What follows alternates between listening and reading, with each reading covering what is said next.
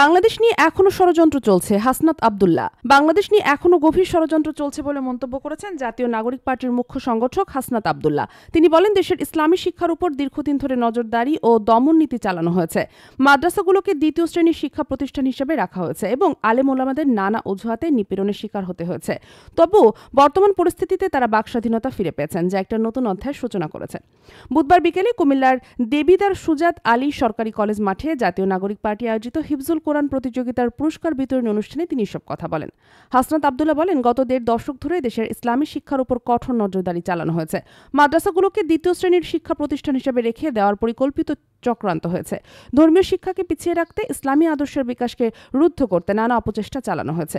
আলেম ওলামাদের হয়রানি করা হয়েছে। রাজনৈতিক প্রতিহিংসার শিকার হয়ে অনেকেই কারাগারে গেছেন। তবে আমরা এখন সেই দুঃশাসন থেকে মুক্ত হয়েছি।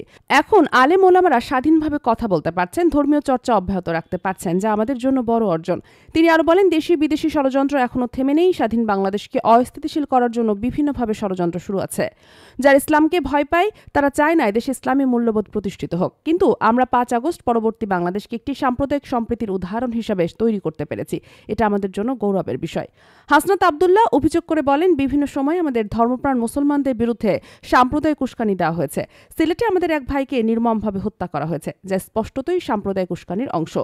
এসব ষড়যন্ত্রের মাধ্যমে আমাদের ব্যবহার করার চেষ্টা করা হতে পারে, তাই সবাইকে সতর্ক থাকতে হবে। আমরা অতীতে যেমন পরম সহিংসতার পরিচয় দিয়েছি, ভবিষ্যতেও সেই ধারা অব্যাহত রাখব।